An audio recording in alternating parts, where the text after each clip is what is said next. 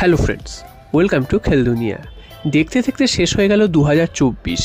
তো 2024 সালে ভারতীয় ফুটবলের রাজা মোহনবাগানের যে স্ট্যাট পাওয়া যাচ্ছে 2024 সালের নিরিখে, সেখানে দেখা যাচ্ছে যে সমস্ত ক্লাবকে ছাড়িয়ে মোহনবাগান কিন্তু সবার শীর্ষে, সে যে কোনো দিক থেকেই হোক। তো মোহনবাগানের স্ট্যাটগুলো কিন্তু একবারে চোখ জোড়ানো।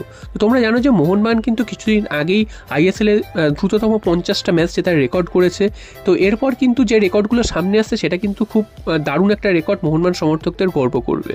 তো 2024 সালে যদি তোমরা দেখো মোহনবাগান টোটাল কটা ম্যাচ খেলেছে, সেখানে দেখা যাচ্ছে 2024 জানুয়ারি থেকে ডিসেম্বর অবধি মিলিয়ে সমস্ত টুর্নামেন্ট মিলিয়ে মোহনবাগান টোটাল 36খানা ম্যাচ খেলেছে। মোহনবাগান জিতেছে 25খানা ম্যাচ, ড্র করেছে 4খানা ম্যাচ এবং হেরে গেছে 7খানা ম্যাচ। আর 2024 সালে মোহনবাগান মোট গোল করেছে 85টা এবং মোট গোল খেয়েছে 48টা। তো বুঝতেই পারছো, অন্যান্য সব ক্লাবের থেকে একদম ছাপিয়ে গেছে মোহনবাগান। যতগুলো টুর্নামেন্ট খেলেছে সেই টুর্নামেন্টের স্ট্যাটের নিরিখে কিন্তু এইটা বললাম। এরপর চলে আসি আইএসএলের হিসাবে।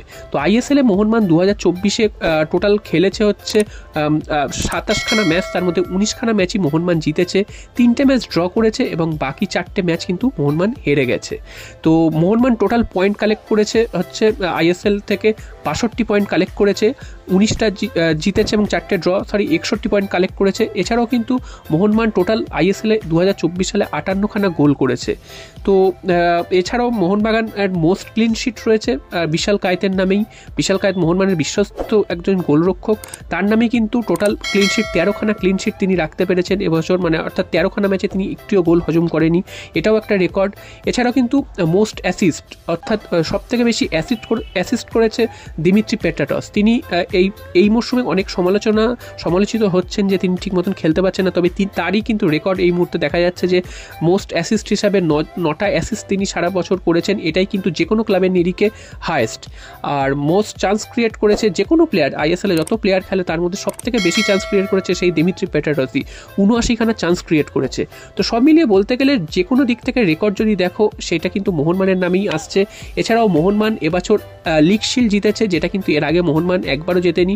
তো লিগ শিল্ড একটা বিরাট পাওনা, তার ফলে কিন্তু মোহনবাগান এসিএল 2-তে খেলার সুযোগ পেয়েছিল, যদিও এসিএল 2টা একদম দুর্ভাগ্যজনকভাবে মোহনবাগানকে বাদ দেওয়া হয়েছে। তো সেই লিগ শিল্ড জয়ের একটা ট্রফি রয়েছে। এছাড়াও কিন্তু মোহনবাগান দুটো টুর্নামেন্টের রানার্স হয়েছে, একটা হচ্ছে আইএসএল কাপ, সেখানে মুম্বাই সিটি এফসির কাছে মোহনবাগান হেরে যায়।